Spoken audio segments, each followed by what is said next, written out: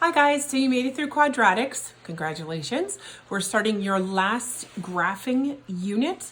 It is on exponential growth. So let's get going. Okay, so first, what we're gonna do is we're going to review exponents.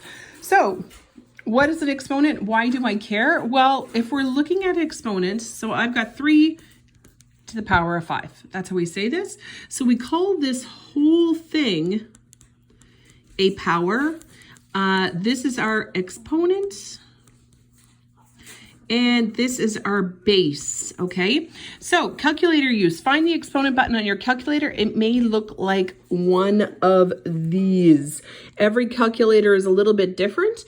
So check 3, and then you press this button, one of these buttons, to the exponent 5, and you should get an answer of 243. So make sure you're checking you make sure you've got that figured out. Okay, so we use exponents to make our lives easier. So if anybody's in chemistry, Avogadro's number 6.022 times 10 to the 23. If I had to write out 20 zeros, that would be a lot. Okay, so definitely made my life easier. So when we're evaluating, guys, bed mass, as always, 1 plus 5 squared is 25. 5 squared is 5 times 5, right? So 1 times 25, we're looking at 26.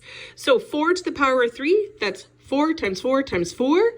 And 3 to the power of 2 is 3 times 3. So 4 to the power of 3, we're talking 64 times 9. So we're looking at 576.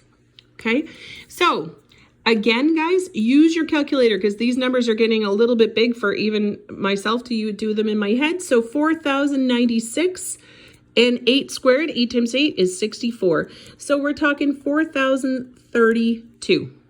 Okay, so bed mass, guys, let's always keep track. All right, so 5 to the exponent of -3, so make sure you have that negative in there. And because this is an uneven and odd exponent, our answer is still going to be negative.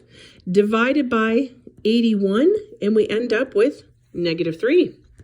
Okay, so 2.5 to the power of 3, doesn't matter if there's a decimal.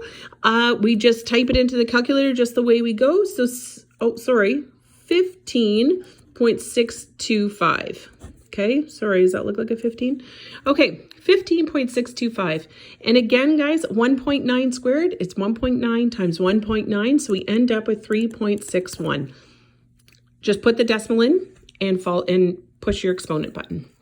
Okay, writing in expanded form. When you are asked to write in expanded form, you write out the base multiplied by itself the number of times specific for the exponent. It is a huge waste of time.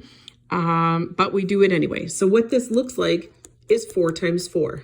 Okay, so we could still say 4 times 4 is 16. What this looks like, 3 cubed, it looks like 3 times 3 times 3. So we're talking 27. Okay, so that's what we're looking at here. So if we're examining the base, so when dealing with a negative sign out front of a power, it is only included when there are brackets. Okay, so here's the difference. So here we have -3 in brackets squared, and here we have -3 squared. So write each in expanded form and then evaluate. So what this looks like is -3 times -3, and we end up with a +9.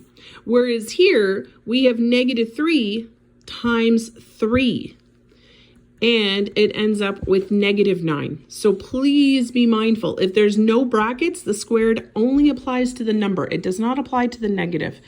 Okay, so distributive properties of exponents. In short, when there is an exponent outside the brackets, it applies to everything inside the brackets. If what's inside is being multiplied or divided. When there is more than one base in a bracket, okay, then we have each base is raised to the exponent outside. Okay, so that's another rule. So now we have power of a product rules. So if we have, let's say, a number A and a number B to the power of n, we can write that to A to the power of n and B to the power of n.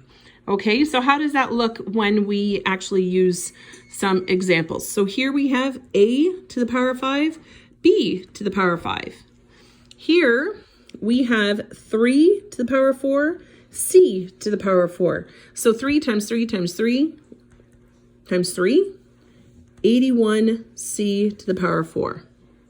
Okay, so if we have, that's a power of a product.